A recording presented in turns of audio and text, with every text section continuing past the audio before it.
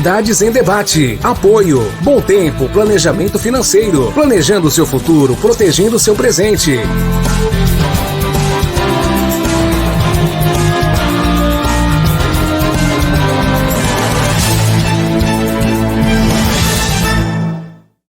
Você tem um sonho? E gostaria de realizá-lo ou acha impossível? E você já fez um planejamento para que ele ocorra? E se eu te dissesse que tudo o que você precisa é dar um passo na direção certa? É verdade que não podemos impedir que imprevistos ocorram, mas podemos garantir que eles tenham impactos menores na sua vida. Deixe que nós cuidamos de você. Muito boa tarde para vocês, sejam muito bem-vindos, principalmente nesse dia, né? Hoje é feriado de Corpus Christi, hoje é dia 3 de junho, estamos em plena quinta-feira de feriado aqui no nosso programa Cidades em Debate. Obrigado pelo carinho, pela audiência a todos vocês, aqui na nossa TV Unisantos, canal 40.1 e canal 12 da NET, né? É um prazer muito grande em ter todos vocês aqui com a gente. E lembrando que tem as nossas redes sociais, Cidades em Debate no Facebook, e tem vários trechos, né, de programas, assim, de comentários bacanas para você poder também dar uma assistida e também compartilhar, curtir, fazer o seu comentário. Entre em contato conosco aí que vai ser um prazer muito grande em ter todos vocês aqui com a gente. Bom, já vamos começar apresentando aqui a nossa mesa. Hoje temos aqui o nosso doutor Maurício Baltazar. Doutor Maurício Baltazar, hoje quinta-feira, feriado de Corpus Christi. Estamos aqui no batente, né, doutor? Boa tarde, tudo bem?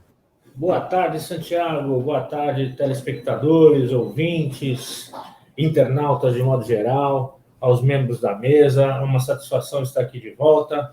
Eu espero que tenhamos um bom programa e que possamos ser útil à comunidade neste feriado, nesta quinta-feira. Boa tarde a todos. Tá certo, conosco também o nosso querido Marcelo Rocha. O Marcelo Rocha, ele que é um grande contador, né? Uma pessoa que está sempre presente aí, da cidade de São Vicente, fala aí em nome de toda a Baixada Santista. Seja muito bem-vindo mais uma vez, hein, Marcelinho? Ainda mais o feriadão. Tô vendo que você trabalha no feriado também, né?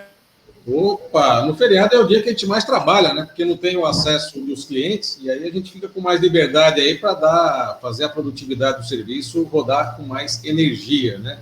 Uma boa tarde para você, Santiago, para o Roberto, para o Maurício, para todos os nossos web telespectadores e também os telespectadores da nossa TV Unisantos. Legal. E como é que tá o negócio de imposto de renda? Não dá mais não, né, Marcelinho? Dá, sempre dá, só que agora pagando multa, né? Então, quem não fez vai pagar multa pelo atraso se tiver obrigado aí a fazer a entrega da declaração. E se está obrigado, eu aconselho que faça, assuma a multa e evite um problema ainda maior lá na frente. Tá certo, tá aí a dica do Marcelo, hein? E conosco também o Roberto Cruz. Roberto, seja muito bem-vindo. O Roberto, ele é um especialista em monitoramento de crimes cibernéticos, né? E como nós já falamos em 3 pautas aqui no programa sobre crime cibernético que teve uma ascendência muito grande, então decidimos trazer o Roberto, né? Para explicar pra gente, conversar com a gente aqui sobre o que tá acontecendo, por que tá evoluindo tanto ao lado do crime e o lado dos bonzinhos não evolui tanto assim, né, Roberto? Boa tarde, seja muito bem-vindo, hein? Boa tarde a todos, obrigado, Santiago, pelo convite. Boa tarde, Marcelo. Boa tarde, Maurício. Esperamos aí colaborar aí, contribuir aí com algumas informações a respeito. De fato, há um crescimento muito grande aí pós-pandemia, né, na pandemia, e o pessoal aproveita da população quando a população mais está carente, né? Infelizmente, isso é muito grave. Estamos aí à disposição. Então, Legal. Seja bem-vindo, então. Vamos conversar bastante aqui nessa tarde no nosso programa, né? Bom, já vamos começar aqui o nosso Cidades em Debate. Houve diminuição do número de pessoas internadas na rede de saúde da cidade de Santos em questão de Covid, de 573 para 553, uma queda de 3,5%. Dessas, 259 são de Santos e 294 de outros municípios. Houve diminuição também no número de internados nos leitos de unidade de terapia intensiva, né, voltados para os casos mais graves, de 321 para 307, uma queda de 4,5%. E desses, 145 são de Santos, que representa 48%. E 162 de outras cidades, que representa 52%. Então, a ocupação geral dos 782 leitos de Covid disponíveis está em 71%. Entre os 412 leitos de UTI, a ocupação é de 75%. Na rede SUS, a taxa é de 63%. E na rede privada, 87%. Mas isso não quer dizer que acabou, né? Pelo contrário, a gente tem que se cuidar. É álcool em gel, distanciamento, ainda mais agora, nesse feriadão aí, vamos evitar, né, gente? Porque já que teve uma queda e está oscilando, um dia sobe, outro dia desce, então a gente não pode facilitar, não. Bom, vamos começar aqui o nosso programa já com a primeira matéria, para a gente debater. A ministra Rosa Weber, do STF, do Supremo Tribunal Federal, será relatora da ação dos governadores sobre a convocação na CPI da Covid do Senado. Na última sexta-feira, dia 28, governadores de 17 estados e do Distrito Federal entraram com uma ação conjunta na corte em busca do salvo-conduto para não comparecerem à CPI. O argumento central é que a comissão parlamentar não tem competência para convocar autoridades estaduais, que devem ser investigadas pelas assembleias legislativas. A ação afirma ainda que a imunidade garantida ao presidente pelo artigo 50 da Constituição se estende também aos chefes do Poder Executivo e dos estados e municípios. Embora apenas 9 governadores tenham sido chamados para prestar depoimento até o momento, outros chefes executivos se adiantaram a eventuais convocações em uma estratégia para dar mais fôlego a essa investida. O pedido é para que as oitivas já aprovadas sejam anuladas e que novos requerimentos fiquem proibidos desde já. Só para constar, nessa lista de 17 governadores querendo se livrar da CPI do Covid, aparece aí o nome também de João Dória, do estado de São Paulo. Doutor Maurício Baltazar, será que a ministra, a Rosa Weber, ela vai dar esse consentimento para os governadores ou não? Veja bem, Santiago, ainda é uma incógnita, ela não deu sinal de qual vai ser o seu resultado, embora alguns apostem que sim. Afinal de contas, o STF tem se mostrado um tribunal político e a favor dos governadores em decisões recentes e tudo mais. A mais expressiva foi aquela que limitou a ação do Bolsonaro em favor dos governadores, então há uma expectativa nesse sentido. Mas veja bem, Santiago, há, de fato, na nossa legislação, uma questão de competência, né, de análise, de julgamento, a esfera federal e a esfera estadual. Em tese, haveria essa possibilidade, essa limitação.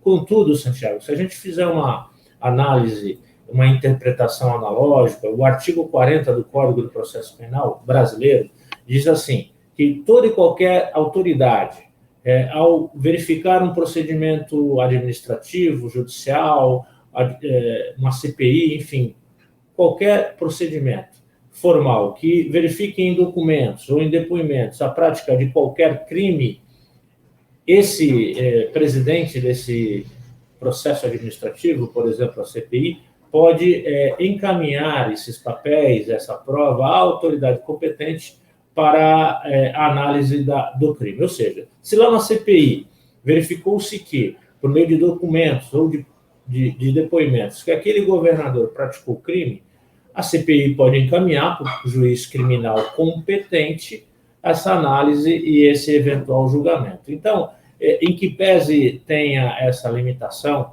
em tese, a nossa querida Rosa Weber, ministra do STF, pode dar as duas decisões. Ela pode até limitar, mas isso não impediria que a CPI pudesse tomar providências, por exemplo, tomando depoimentos dos assessores, dos governadores, ou das provas que já colheram, que já tem lá nos autos, encaminhar para a autoridade competente, ou seja, para o judiciário do Estado em que deveria analisar o crime, ou seja, todo esse caso, por exemplo, lá na Amazônia, onde me parece, onde há as maiores provas do desvio do dinheiro do Covidão. Enfim, existe possibilidade jurídica para as duas decisões.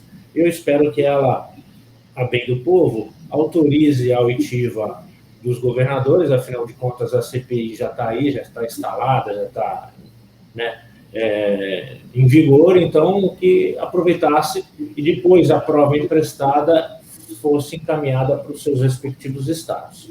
Eu torço que isso aconteça, quem sabe ela tenha uma decisão desse tipo, senão a CPI ainda assim poderá tomar providências jurídicas que o povo brasileiro aguarda, Santiago. Com certeza. E o que a gente vê é que 9 governadores foram chamados. Aí já apareceu uma lista de 17. Quer dizer, o pessoal está correndo da tal da CPI, né? Marcelinho, como é que você vê isso? Também até o governador de São Paulo está correndo? Quer dizer, não tem aquele ditado, quem não deve não teme? Deveria de ter, né? Principalmente para quem trabalha com a coisa pública, né? A transparência e, obviamente, a retidão nos trabalhos deve estar aí pairando, né? Sobre as atividades. Mas é triste a gente ver essa CPI, Santiago e amigos, quando você analisa que eles fazem um acordo interno, numa reunião secreta, que depois ficou aberta, porque todos os senadores trouxeram à tona os assuntos, para escolher os governadores que seriam convocados. Aí, tomou-se como metodologia convocar todos aqueles que tiveram ação da Polícia Federal nas suas secretarias ou nos seus respectivos governos. Com isso, excluiu-se aí da base, principalmente aí, né, da base, o filho do relator da CPI. Aí você vê uma CPI onde o relator ele está todo o momento, né, inquirindo as pessoas, mas de forma desrespeitosa, não seguindo aí os protocolos, né, da boa educação, e o ápice, né, da má educação aconteceu com a inquisição da médica, né, eu esqueci o nome da médica que foi para a CPI. Nossa, maltrataram a médica, não deixavam ela concluir os raciocínios, já iam para a acusação, né? Acho que é Rose Yamaguchi, alguma coisa assim, né? Não deixavam ela concluir a sua explanação, ela tem um jeito calmo de falar, achavam que ela estava querendo induzir ali, quer dizer, eles acham e já acusam, né? E é assim, Santiago e amigos, eu vejo essa CPI como um grande circo, um palanque político, né? Cadáveres políticos, né, estão se ressuscitando ali, por exemplo, Renan Calheiros, entre outros, né, ressuscitando por conta de uma eleição que está se aproximando. Não sei nem se ele vai ser candidato, mas eles estão utilizando ali a CPI como um circo. E o pior, utilizando-se da CPI, que trata de um assunto que nós já temos mais de 460 pessoas mortas, né, 60 mil pessoas mortas. Então, assim, é triste a gente ver que a gente paga salário para essa turma estar lá fazendo essas coisas, né? E, obviamente, não dando retorno para a gente. Espero que a ministra, né, atue aí de forma efetiva, liberando aí a convocação ou o convite, como eles querem. Eles falam que convocação não, mas se for convite, eles pensam em ir e tal, que é aquilo que você disse logo no começo. Quem não deve, não tem. E o Dória, obviamente, vai ter que explicar aí a questão dos respiradores aí, que pagou o preço de ouro, né? Claro, poderia estar no preço realmente, tal, mas vamos esperar, vamos aguardar e ver o que vai acontecer. Aguardar e ver o que vai acontecer. Essa é a palavra de ordem agora, né? E olha, muita coisa ainda tá para acontecer, menos do que a gente estava esperando, que é para que a CPI foi criada, né? Que era justamente fiscalizar. Inclusive, anteciparam agora para o dia 10 a entrevista lá depois desse BO que deu na Polícia Federal, né? Com o governador do Amazonas. Ele vai se apresentar na CPI. Vamos ver se vai mesmo, né? Porque se sair esse salvo-conduto aí, né, doutor? Não vai precisar nem aparecer lá, né? Essa que é a realidade. Ô Roberto, fala pra gente, como é que você vê esse negócio aí do STF, essa manobra política toda? É uma coisa que incomoda a gente, né? Pessoas assim do bem, a gente esperando o negócio na CPI, de repente aparece outro. A gente vê governadores querendo correr da CPI, em vez de irem lá prestar conta com o povo, com quem votou neles. É complicado, né, viver num país assim, não é não, Roberto?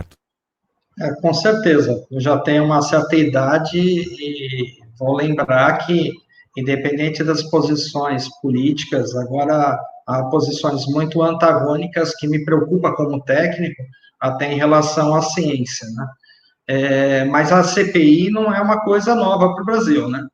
Esse mesmo cenário a gente viu para outras épocas também. Infelizmente, o que seria bom num país decente, né, num país desenvolvido, é a gente não ter a CPI, né? Que a gente conseguisse dos governantes uma conduta, né, muito mais técnica, muito mais de gestão com o hierárquico público, né, que essa situação de gasto não é só corrupção, mas também o manuseio, né, de vidas, né? Então, a preocupação aí do que está sendo feito com cada reforma, independente de governo, com cada ação, independente de governo, e a gente não vê uma continuidade, né, nos governos, vê sempre um choque muito radical, na minha visão, e isso preocupa. Eu ia até perguntar para vocês, para o doutor Maurício, que conhece mais, me parece que quanto exclusivamente a esse assunto, há um problema também técnico de esfera, né? Como você tem a esfera jurídica da primeira instância, segunda instância, me parece que, pelo menos o que eu escutei aí na imprensa, é que os governadores alegam que o Congresso não teria condições de estar julgando os governadores, porque teriam que montar CPIs nas assembleias legislativas, né? Não sei se isso é correto, aí eu estou falando do ponto de vista técnico, propriamente dito, independente da CPI. Eu gostaria que essa CPI até não, ou se acontecesse depois, mas que a gente tivesse mais pensando em salvar vidas realmente, e que tivesse a vacinação aí um pouquinho mais à frente. É isso e aí, mesmo, doutor Maurício? É uma questão de competência. Tem a competência federal, a competência estadual e a competência municipal. Então, em tese, cabe aos congressos locais, né, a Assembleia Legislativa Estadual, investigar o governador, aos vereadores investigar o prefeito e lá os deputados investigarem o presidente. Mas aquilo que eu falei, existe essa limitação de competência? Desculpa, existe.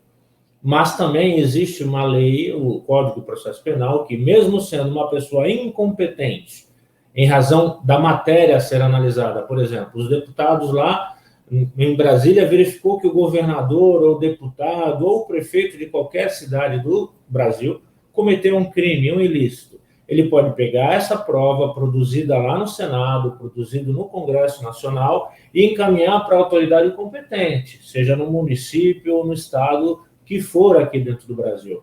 Então, aquilo que eu justifiquei, a ministra pode dar em favor da CPI e examinar? Pode, tem princípios constitucionais e ordenamento jurídico que autorize, sim, a CPI dar continuidade e aproveitar o ato que vai... toda essa formalidade que já está em vigor aí, que já estão ouvindo.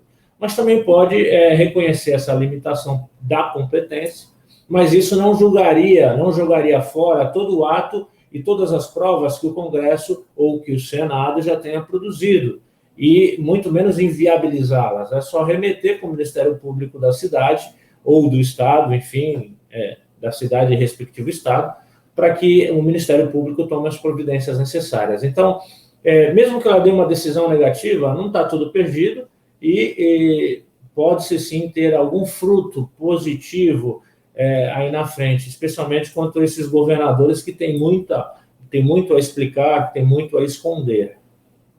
Eu acho que a peneira natural já foi feita, né? Porque a gente está falando daqueles que foram convocados, que são 9, e apareceram 17 pedindo arrego, vamos falar o português bem claro, mas tem aqueles também que não se manifestaram, que estão lá esperando. Quer dizer, eu não devo nada, se quiser chamar, chama, né? Então, quer dizer, existem os governadores que estão fora da lista, que não pediram para, no caso, a ministra Rosa Weber colocá-los nesse livramento, vamos dizer assim. Então, acho que seria até pertinente a gente começar a levantar esses nomes também, dos que não pediram, né? é porque me parece que tem um governo mais sério, né? Depois eu vou até fazer essa lista para ver se a gente traz aí no programa de amanhã, que eu acho que é de suma importância. Bom, deixa eu convidar todos aqui então, de segunda a sexta, à 13h, tem aqui o nosso Cidades em Debate, o nosso programa para toda a Baixada Santista. E é um prazer muito grande a gente ter você aqui conosco. Tem aqui o nosso WhatsApp para você que queira conversar. Muita gente liga, conversa com a gente. É o 996031485. Você pode mandar recado também, mensagem, enfim, né? Falar pra gente, dar o seu feedback, que é muito importante. Ou então nas nossas redes sociais, vai lá no Facebook. Tem alguns programas também no YouTube, né? No nosso canal do YouTube, mas é que o YouTube agora anda com uma frescura danada lá para deixar colocar produto, e a gente tá tentando colocar assim aos poucos, mas tem alguns programas lá. Você pode entrar no YouTube, programa Cidades em Debate, só põe o programa na frente, que aí você já cai direto e você tem alguns conteúdos aí com alguns convidados, é muito bacana. E no nosso Face tem aqui Cidades em Debate, já dividido por assuntos também. Bom, falando em assunto, vamos trazer mais um aqui. Vamos falar agora justamente do governo do estado do Amazonas, que é alvo da Operação Sangria da Polícia Federal, que investiga fatos relacionados a possíveis práticas de crimes de fraude à licitação, ou seja, desvio de recursos públicos e pertencimento à organização criminosa. Tudo isso divulgado ontem pela Polícia Federal. São cumpridos 19 mandados de busca e apreensão e 6 de prisão temporária, expedidos pelo Superior Tribunal de Justiça da cidade de Manaus, no Amazonas, e de Porto Alegre, no Rio Grande do Sul. Além de sequestro de bens e valores, segundo fontes policiais, estiveram na casa do governador do Amazonas, Wilson Lima, fazendo o levantamento de tudo lá. E de acordo com a investigação da Polícia Federal, há indícios de que funcionários do alto escalão do governo do Amazonas realizam contratação fraudulenta para favorecer um grupo de empresários locais de um hospital de campanha. Os desvios aconteciam sob orientação da cúpula do governo estadual. A unidade não atenderia a necessidades básicas de assistência à população atingida pela Covid-19 e colocaria em risco de contaminação pacientes e funcionários. Bom, então está vindo à tona tudo aquilo que aconteceu no estado do Amazonas, que a gente viu aquele descaso, deu até uma estranheza, né? Porque o Brasil todo recebendo e o Amazonas não, como é isso? Então, foi levantado pela Polícia Federal. Agora fica a pergunta aqui, né, doutor Maurício? O que é melhor? É ir lá na CPI da pandemia ou é encarar a Polícia Federal? É uma escolha dura, né? Talvez aquela que mantenha o passarinho fora da gaiola, né? O seu Wilson Lima, digamos assim. Mas as duas são bem difíceis, ele vai ter que prestar contas dos seus atos e dos seus prepostos. Foi uma prática realmente ruim, né? O que aconteceu no Amazonas não poderia ter acontecido de modo algum. Né? A gente tem denúncias de malversação patrimonial aqui em São Paulo, no Rio Grande do Sul, enfim, em todos os estados, mas não nada tão grande, tão chocante como aconteceu no Amazonas. Então, a Polícia Federal tá muito bem, já está apurando com riqueza de detalhes esses crimes, e sem prejuízo, como nós estamos falando da política e de umas eleições que se aproximam, é bom que a CPI aproveite de toda essa prova e traga com absoluta certeza à população do Brasil qual a participação do governo federal nesse sentido, né? Porque muita gente, né? A gente lembra a mídia, a grande mídia, tentando responsabilizar o Bolsonaro e a sua administração como se culpado fosse dessa tragédia lá do Amazonas, mas verificamos agora e a verdade está vindo à tona, né? E é bom que se faça justiça nesse sentido. Não que o Bolsonaro seja o melhor dos mundos. Todo mundo aqui tem os seus pés, vamos dizer assim, o pé atrás, mas essa conta ele não sei se ele tem que pagar, então que a justiça seja feita, que a Polícia Federal conclua o seu trabalho e que os punidos realmente vão para a cadeia e, quem sabe, a recuperação do patrimônio, porque enriquecimento ilícito às custas da vida dos populares lá da nação amazonense, é melhor fazer justiça. Não vamos nem julgar, porque seria muito terrível realmente A campanha que teve de cada vida vale muito e de repente ser vendido desse jeito, né? Mas o bom da história é o quê? Que essa instituição chamada Polícia Federal, ela é independente, ela não é um partido, né? Ela é o Brasil. Então, parabéns à Polícia Federal, e a gente vê que eles vêm assim na surdina, de repente do nada aparece já com tudo já em evidência, né? Eles não ficam fazendo propaganda antes, nós vamos lá, hein? Não, a gente nem sabe, de repente essa lista que nós falamos aí dos 17, que eu acho que já é a peneira, vai ver, já está na mão deles também, né? Porque os caras são especialistas justamente em investigação, não é isso, Marcelo? Ah, com certeza. E, obviamente, eles devem ter muitos fundamentos, muitos subsídios para poder tomar uma decisão e uma ação, né, como essa aí no governo lá do Amazonas.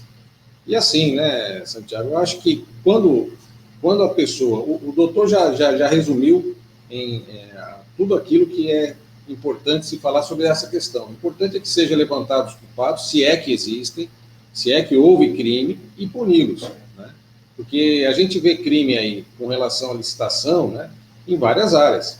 Na saúde agora, porque é uma área emergente, mas é muito comum ver em merenda, por exemplo, né, as crianças ficam sem comer ou comem um produto de muito baixa qualidade por conta de eventuais acertos aí de licitação. Às vezes o processo licitatório é feito até de forma correta, né? É feito de forma correta, seguindo todos os ritos, né? Só que as empresas que ganham, né, já tem algum direcionamento lá dentro do edital, alguma coisa assim. Então, o papel da polícia, né, do Ministério Público, dos tribunais de conta, do Estado, do governo federal, dos municípios também, que tem alguns que têm os seus próprios tribunais, são de fundamental importância. E eles têm que ter liberdade para trabalho. Não pode ter interferência do governo, seja ele quem for, né? Ou federal, estadual ou municipal. Então é importante que venha à tona aí a verdade, né? Só a verdade. A gente fica só um pouco receoso, né, quando a gente vê uma notícia dessa, porque para grande parte das pessoas que veem uma notícia dessa já lançam o culpado, né? Claro, existe aí algum indício de culpa, mas não podemos, obviamente, já culpabilizar, porque nós temos aí um bom exemplo, né? Um bom exemplo aí, que é o caso do ex-presidente Lula, né? Todo mundo sabe que viu o que fez, né? Pelo menos com os documentos que apresentaram, sabe que fez, tal, mas é um procedimento errado na justiça, lá com o Sérgio Moro, tal, não seguiu o rito corretamente. O que era ruim ficou bom, né? E agora está em evidência aí. Então vamos aguardar e que se tenham mais operações como essa, né? Mais operações para poder trazer à tona essa situação. E que os tribunais de conta atuem com efetividade, né? Tudo é muito moroso, viu, Santiago? Tudo é muito moroso. Você entra no processo, o tribunal vai lá, verifica, aí vê alguma evidência, pede explicação da evidência, aí você tem um prazo para fazer. Quer dizer, um processo que deveria ser concluído em um prazo de 3, 4 meses, uma verificação específica, acaba demorando, às vezes, aí mais de ano, por questões aí que ficam sendo analisadas e verificadas e, obviamente, né, dando o direito de ampla defesa a todas as partes. Tá certo. Bom, no caso do Lula, na minha opinião, é aquele negócio não julgando, porque eu acho que a justiça está acima disso tudo. Se ele não é culpado, ele vai ter sua chance de provar. Mas é pela suposição, vamos dizer assim, de um presidente ter acesso a tanto dinheiro e conseguir desviar uma economia de um país. Eu acho que tem essa suposição, hein? Não estou incriminando ninguém, não. Eu acho que deveria ter um aprendizado em questão do sistema para fazer mais dispositivos de segurança, né? De termos mais segurança em questão, porque como é que pode, por exemplo, apareceu lá o Marcelo Odebrecht, pegou bilhões. Como é que pode uma pessoa ter acesso a bilhões, que é do povo? Né? Então, quer dizer, tem alguma chave aí, alguma senha que não está funcionando. Então, acho que deve ficar o exemplo para a gente poder monitorar melhor aí o que nós temos de receita. Ô, Roberto, como é que você vê essa questão aí da Polícia Federal no governo do Amazonas? Você acha que vai aparecer mais gente ainda nessa história ou não? Eu vejo com tristeza, né? Porque todo nível de corrupção é terrível. Mas quando a gente está falando que o pessoal está se aproveitando de vidas, né? a falta de oxigênio, a falta de medicamentos para intubação, e parece que no estado do Amazonas, principalmente em Manaus, né, isso foi mais relevante. A gente espera que não haja mais interferência na Polícia Federal, que a Polícia Federal consiga correr atrás aí do prejuízo, doa quem doer, como o Marcelo falou, não interessa se é governo municipal, estadual ou federal, e que apareça aí os fatos corretos, né? Só gostaria de falar que às vezes não é só a corrupção, né? Muito se fala em corrupção, mas tem às vezes muito casos que são negligência. Me parece agora que saiu uma nova lei de licitação, não estou muito a par, mas a burocracia também atrapalha, né? Então, uma licitação que demora meses para você comprar oxigênio, aí vem uma empresa, dá recurso, impugnação, e aí o planejamento às vezes não é correto, você tem que comprar com muita antecedência, aí o governo, seja ele qual for, é taxado de incompetente, de comprar errado, né? Agora, quanto a esses níveis aí de informações aí que você está dizendo, Santiago, eu acho que a Polícia Federal também poderia, e a Justiça, fazer uma busca na Receita Federal, né? Acho que falta um cruzamento de informações. A Receita Federal tem muitas dessas informações no imposto de renda, e isso não é trabalhado corretamente. Isso conseguiria, talvez, avançar nas investigações. Tá certo, tá aí a dica, né? É legal a gente poder conversar assim, né? Bater esse papo. Bom, vamos fazer o seguinte, daqui a pouco eu vou pedir mais do Roberto aqui, né? Porque inclusive ele foi chamado hoje aqui, né, doutor Maurício? É justamente para apresentar pra gente. Isso não quer dizer que é só uma vez não, viu? Pode vir mais, né? Que esse assunto que você vai tratar aqui, Roberto, é de suma importância, que ele já foi pauta de 3 programas que nós fizemos, que é justamente esse crime cibernético que está acontecendo assim de uma forma avassaladora em todo o Brasil e no mundo também, né? Muitas pessoas hoje caindo em golpe, perdendo dinheiro, perdendo as suas receitas, as suas economias, pessoas que ficam endividadas. Quer dizer, tem golpe para tudo quanto é lado. E já então a gente vai conversar com o Roberto para ver o que a gente pode fazer para tentar se proteger aí desses...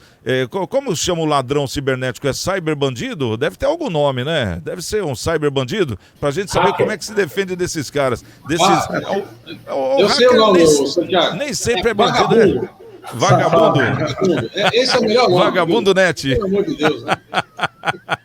Tá certo, então 30 segundos para tomar uma água e a gente volta já no nosso Cidades em Debate. Você tem um sonho?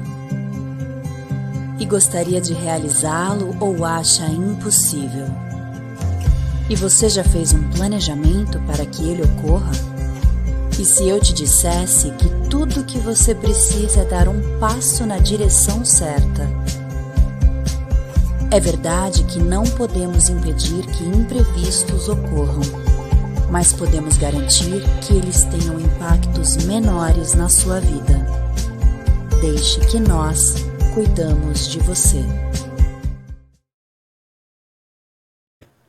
Quero mandar um abraço aqui pro Rafael e pro João, pessoal da Bom Tempo, né? É muito legal fazer esse planejamento financeiro aí, é bacana demais. Você pode entrar em contato lá, que com certeza você vai ser muito bem atendido. Eu acho que até com planejamento financeiro fica até mais difícil de cair em alguns golpes, né? Bom, vamos trazer aqui o nosso querido Roberto Cruz, ele que é especialista em monitoramento de crimes cibernéticos. Ô Roberto, eu estive vendo alguns dados assim, eu acho que isso aqui é mentira. O crime cibernético cresceu 5.000%. É muita coisa, não é não, Roberto? Assim, existem vários números, né? Isso até é difícil, como também os casos de Covid, às vezes é difícil tabular, muitas vezes você não tem a denúncia, né? E essa informação, às vezes, pode até ser mais, né? O que, de fato, você tem uma estatística, é que o Brasil é o segundo no mundo em crimes cibernéticos, só perde para a Rússia, né? Só que o Brasil tem uma condição aí de vida, onde o pessoal leva vantagem, principalmente, de uma falta, talvez, de uma ausência, talvez, de penalização, né? Agora tem uma notícia boa, que houve uma mudança da lei, agora no governo Bolsonaro, eu acho que foi do dia 28, onde aumentou a pena do crime cibernético, né, que era da lei Carolina Dickmann, onde rezava qualquer invasão ao seu WhatsApp, à sua rede social, de 3 meses a 1 ano, às vezes nem teria a prisão. Agora já está passando em alguns casos para 4 anos, de 1 a 4 anos, e se tiver algum sinistro que envolva aí prejudicar a parte financeira da pessoa, até a parte moral, isso pode ir a 8 anos. Isso parece ser bastante interessante, e os crimes precisam ser investigados, precisa ter a denúncia, mas também precisa ter a pena, né? Aí o Maurício pode até falar melhor. Se não tiver a pena, fica fácil, e aí a facilidade também ajuda a aumentar. A facilidade, no caso do usuário, né, de acesso à internet, acesso ao WhatsApp, pensar que ele está tranquilo, e aí ele é vítima de golpes, mas também o próprio bandido, né, que ele está atrás de uma tela de computador, ele acha que nunca vai ser pego, então fica mais fácil aí para ele estar praticando esses crimes.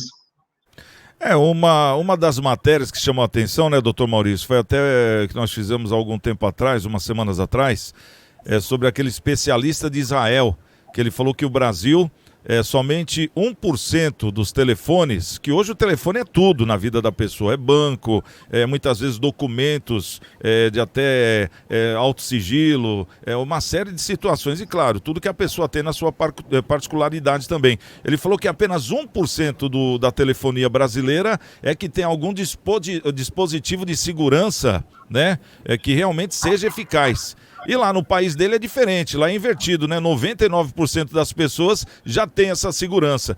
O que falta, Roberto, para chegar isso no Brasil? Porque a empresa já tem, né? Mas é um serviço muito caro, como é que é? Às vezes não é caro, só que o brasileiro quer levar vantagem em tudo, né? Então, vai para softwares alternativos, né? Os famosos pirata. Quando você está instalando um antivírus pirata, alguma coisa pirata, às vezes no próprio software pirata você está trazendo um outro programa malicioso. Só que eu acho que isso não é tudo. Eu acho que os crimes hoje não é só a questão de estar embutindo no teu celular, no teu computador, um vírus, um arquivo malicioso que pode abrir a porta para acessar as coisas do seu equipamento. Hoje existe uma invasão muito pior, que já existia antigamente, mas ela está mais avançada, que é o que a gente chama de engenharia social.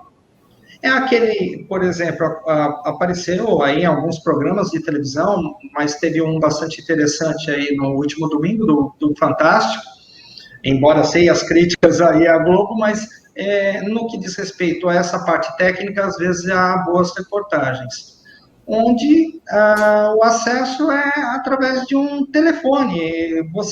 Ligam para você, olha, nesse momento estão passando o cartão. Aqui é do Banco Itaú, o cara já tem, às vezes, uma informação na própria sua rede social, ou às vezes ele consegue um banco de dados na Santa Efigênia, e aí te ligam, falam, tá aqui, teu CPF é esse, teu cartão é esse, eu sou do banco, e aí você, então, agora estão fazendo uma compra no seu nome, você precisa me dar uma senha aqui para eu bloquear. Aí o coitado do cidadão vai lá e dá a senha. Só que o golpista, ele está com essas informações, muito provavelmente porque vazaram o seu cadastro. E por que vazaram o seu cadastro? Primeiro que às vezes você divulga erroneamente em sites informações, né? Eu estava até comentando com o doutor Maurício, uma das coisas que hoje em dia a gente está fazendo errado é divulgar o CPF como uma chave Pix. Aí você usa comercialmente o CPF para chave Pix, aí você vai começar a divulgar, ó. Me paga o boleto aqui com a chave Pix, me transfere tal dinheiro com a chave Pix. E você está dando o CPF de bandeja para alguma pessoa. Essa pessoa, se é do bem, tudo bem, mas ela pode, às vezes, estar divulgando isso. E se você divulgar isso na rede social, você está colocando para o mundo o teu CPF, né? Então, a engenharia social hoje, a engenharia social hoje eu acho que é mais importante até do que um programa ótimo, eficiente no seu celular ou no seu computador. Não quer dizer que você não tenha que ter, tá? Aí o Marcelo, que trabalha com imposto de renda, sabe muito bem disso. Não quer dizer que você não tenha que ter. Mas a maioria dos golpes hoje é através do celular, é através do WhatsApp, é através da rede social. Porque não adianta ter aquele sistema poderoso e de repente a pessoa acaba dando a informação, aí também não adianta. O Marcelinho, que é muito ligado à tecnologia também, eu sei disso. Ô Marcelo, como é que você vê essa história aí desse negócio dos crimes cibernéticos, né? Que 5.000% é muita coisa, né? É a nova geração dos crimes, né, Santiago?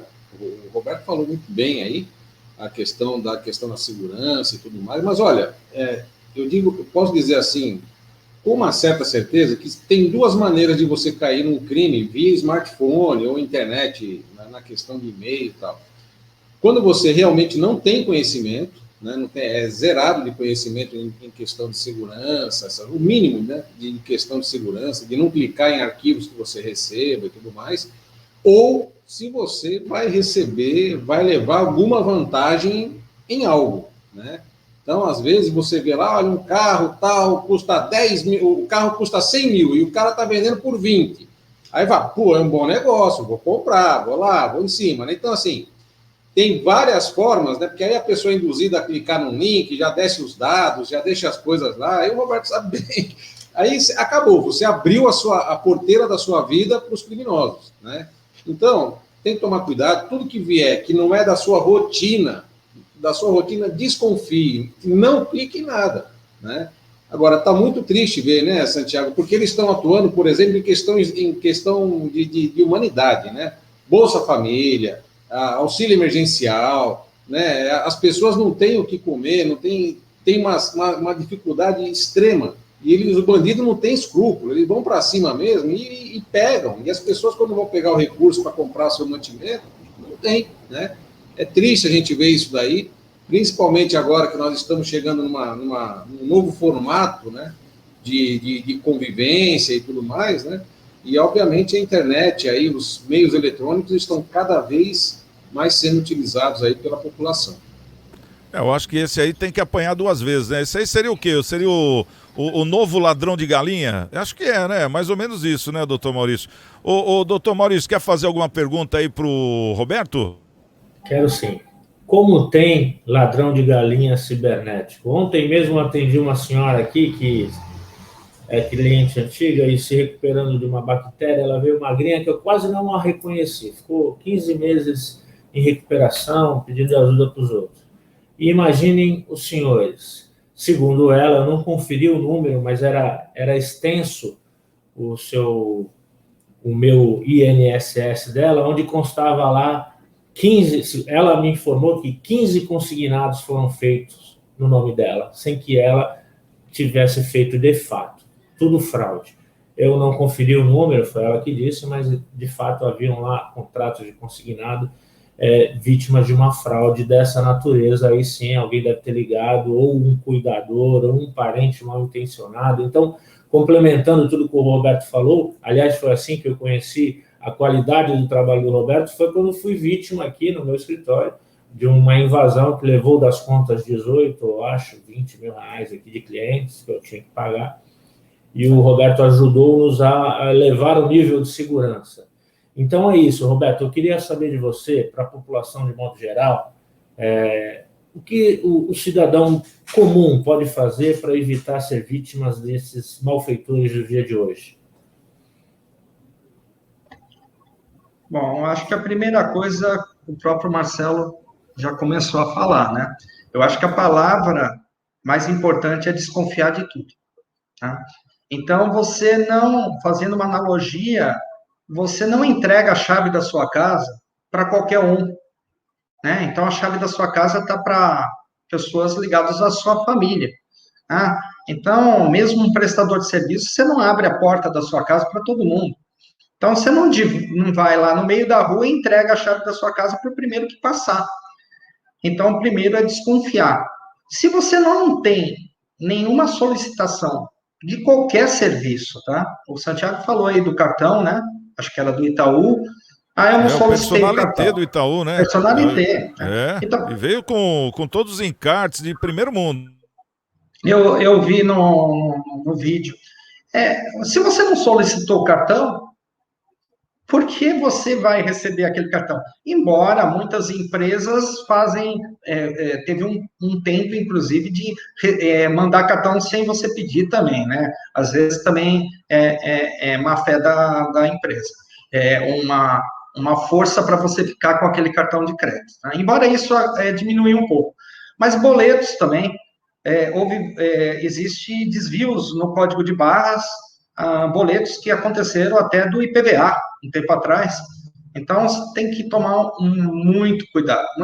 E-mails, rede social, WhatsApp, desconfiar. Você não pediu aquele serviço, você não pediu aquele equipamento. Então, tomar cuidado com os sites do e-commerce que você acessa. Existem ofertas. Eu fui vítima também. Olha, trabalho com informática, mas eu confiei num site que me parecia de uma farmácia idônea, um nome comum, e fiz uma compra de álcool em gel. No início da pandemia, que estava tudo fechado, e eu não conseguia encontrar álcool em gel em nenhum lugar.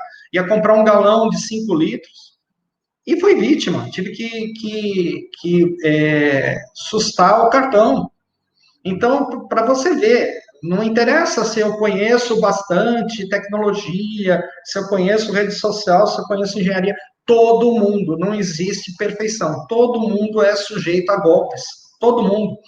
O que você tem é que se policiar, é que às vezes você está mais aí no desespero para adquirir o álcool em gel, aí você vai lá correndo adquirir o álcool em gel e você vai no primeiro site e compra. Verificar, principalmente, onde você está trabalhando no site, você tem um cadeadinho. Às vezes eu faço até um teste, parece bobo, mas você entra no site do banco, ou você entra no site de um e-commerce, digita a senha errada. Às vezes eu faço isso com mais de uma vez, porque se a página for uma página fake, ela não vai te dar erro, entendeu? Então, tem senhas fortes, é importante usar, 2 senhas, 3 senhas, não ter senhas fracas, manter essa senha, tem gente que anota a senha num papelzinho, né? Então, tem várias condutas, você vê que eu não estou falando em nenhum programa antivírus, não estou falando em nada de tecnologia, são condutas que você tem que ter para não entrar no golpe. Receber o WhatsApp, às vezes você recebe, o Maurício também sabe disso, até para doação. Você vê uma foto de uma criança com problema, essa criança às vezes já morreu, o cara está aproveitando o mesmo cadastro da criança doente, está usando de má fé e o dinheiro não vai para a criança. Quer fazer doação? Infelizmente, se você não conhece um parente, alguém realmente que existe aquela criança, eu prefiro doar para uma instituição que eu conheça, uma instituição que faça caridade. Outra situação que o Marcelo falou sobre a Caixa Econômica, dessas ajudas aí de custo, ajuda do governo, né? Agora esqueci o nome que eles deram. Fotos mal divulgadas na rede social do que você faz. Então, a pessoa também aproveita o teu lado profissional. Aí pega uma foto de uma gerente de banco, isso aí saiu também na mídia, onde aproveitaram a foto da gerente de banco com uma gerente de banco falando, e aí começou a fazer golpes oferecendo um valor maior do que aqueles R$ 200 para algumas pessoas. E as pessoas davam a senha e ficavam sem valor maior e sem os R$ 200. Por quê? Porque o cidadão brasileiro quer levar vantagem. É R$ 200, esses R$ 200 não vai virar 1.200, é R$ 200. Então, o cara tem que acessar R$ 200 e não querer ganhar 1.200 em cima de 200. Então, também, às vezes, cai num ponto que não é só informática, né? Às vezes você pode receber um golpe aí num restaurante ou num bar, né? É isso, resumindo, acho que seria isso. Tem mais um caso também, que eu me lembrei agora, só para terminar, Santiago, por causa do tempo. Vamos lá, pode falar. Uma venda de um celular que apareceu no domingo também. Essa menina deu pena, parece que é do interior de São Paulo. Ela vendendo celular para um site aí de compras de produtos usados. Era um celular bom, aí de mercado, vou até falar a marca, era um Apple, um celular que aí ela estava vendendo por um preço bem vantajoso. Uma possível compradora pediu a foto dela para saber se o celular existia, se o celular era dela mesmo, e que ela tirasse uma foto com o documento. Ela tirou com a carteira de habilitação, junto com o celular. A pessoa que pseudo-compradora, mulher, que geralmente cai na lábia, né, aí, na realidade, era uma golpista. Ela começou, isso já faz mais de 3 anos, essa pessoa, ela gasta 30% com advogado, só para responder, porque estão usando o nome dela, e vários compradores compram um celular que não existe. E depois tentam processar ela, porque não recebem o celular, mas o dinheiro não foi para ela. Então, o perigo de você estar divulgando a sua imagem, um documento na rede social, na internet, no WhatsApp. É uma perda que ainda durou, né? E vai durar, é complicado, quer dizer, se enrolou, literalmente, né? Se enrolou. A pessoa entra até em depressão, né? Tem até problemas emocionais nisso, né? E o pior é a pessoa não é culpada e leva a culpa, isso que é o pior, né? E até para concluir, ô Roberto, uma coisa que acontece muito, que eu sou do meio de rádio, música, que estava acontecendo muito é nas lives de artistas, né? Porque eles geralmente estavam fazendo aquele negócio de doação, aí punha o QR Code no cantinho da tela. Você acredita que até aquele QR Code os caras conseguem piratear, rapaz? É uma coisa impressionante. Meu, então tá muito avançado, é aquele negócio, meu telefone toca, quando é número que eu não conheço, já parece que acende aquele alerta, né? Já liga o alerta, porque eu não sei o que pode acontecer dali, né? Ou então alguém que entra no WhatsApp, que você não sabe quem liga o alerta também. É uma coisa que não deveria acontecer, né? Mas acontece. Realmente é isso. Tem alguma pergunta aí, Marcelinho, para finalizar com o Roberto? Olha, o que eu posso dizer para o Roberto, que a figura do profissional do Roberto hoje é essencial nas empresas. Essencial nas empresas. Tem muita gente que vê isso aí como gasto, né? Não, deixa lá, deixa minha rede aí, deixa aquilo. O doutor teve um problema, né? Eu também tive um problema aqui, eu caí na verdade, eu caí num golpe, eu comprei de uma empresa um produto, né? E não atentei de pesquisar o CNPJ para ver se era novo o CNPJ, alguma coisa assim, e acabei entrando num golpe. E também tive um problema pessoal, que pegaram fotos minhas, fizeram montagem, falaram que iam divulgar para todos os amigos aí e tal, que eu era pedófilo, que eu era uma série de coisas. Eu tive que ir na polícia, né? Virou um inquérito policial, graças a Deus que eu fui na polícia, porque se eu não fosse, eu ficaria com aquela pressão psicológica, né? Porque a primeira imagem, né, chega para as pessoas e fala, nossa, o que é isso? E a montagem era tão bem feita, né? Foi até na época que o apresentador lá do Bom Dia São Paulo também teve a imagem dele divulgada também, né? Era uma gangue que ficava fora do Brasil, lá na França, alguma coisa assim, e eles atuavam aqui, né? Atuavam via internet aqui, né?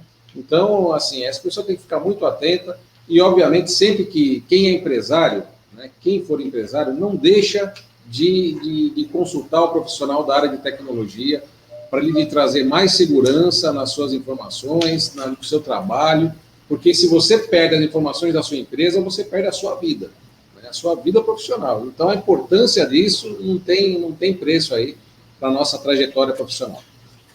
Ô Roberto, a produção estava me pedindo aqui para você falar o seu telefone, se possível, até para as pessoas que tenham dúvida, né, ou quiserem aí contatar você para algum tipo de serviço, para deixar disposto aí. Você pode ou não?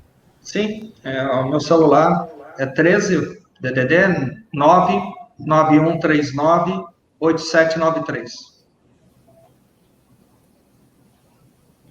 Eu queria só fazer um comentário, depois que ele repetiu o telefone, Santiago, por favor.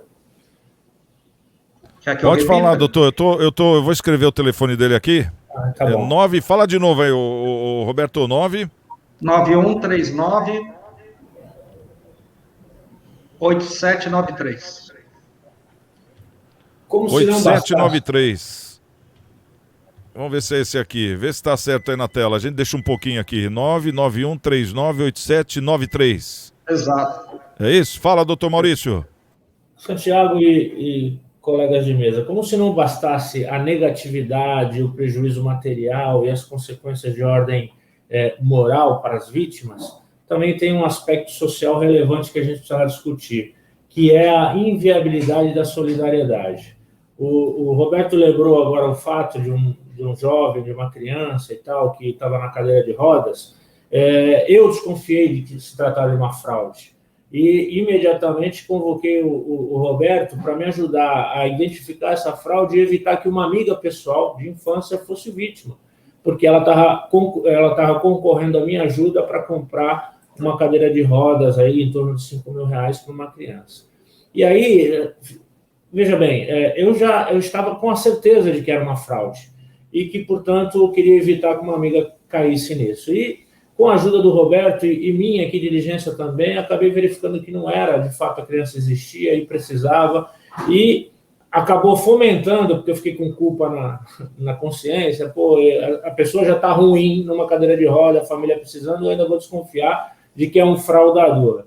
E aí, junto com os amigos do futebol e tal, a gente acabou se cotizando e ajudando essa pessoa. Mas, enfim, o fato é que esses crimes acabam fazendo com que pessoas do bem, como eu e como muita gente, presuma que aquela pessoa está cometendo um ilícito ou uma fraude. Então, seria bom que as autoridades, de modo geral, combatessem com mais afinco esse tipo de crime, para até evitar que a solidariedade acabe ocorrendo. Porque quantos Maurícios aí não houveram nessa circunstância e deixaram de ajudar porque suspeitaram que era uma fraude? Só esse comentário. Legal, bem-vindo esse comentário, doutor. Bom, já vamos finalizar aqui o nosso horário. Daria para ficar falando mais uma hora aí, tranquilamente, sobre esse assunto, a quantidade que é de golpe que existe, para a gente poder relembrar alguns, né? E o Roberto nos trouxe aí alguns que estão na moda, porque é um negócio que muda, parece que a cada semana aparece um novo, né? Pelo menos, um ou dois. Eu quero agradecer aqui a presença do nosso querido Roberto Cruz. Obrigado pela presença aí, viu, Roberto? E até uma próxima vez, se Deus quiser. Também o doutor Maurício Baltazar. Obrigado, viu, doutor? E o nosso querido Marcelo Rocha também. Obrigado, viu, Marcelinho? Até a próxima aí. E o nosso Cidades em Debate fica por aqui e volta amanhã, à 13h, aqui na TV Unisantos, canal 40.1 e canal 12 da NET. Então, um grande beijo a todos vocês. Estamos com Deus e amanhã quem chegar primeiro espera o outro. Até lá!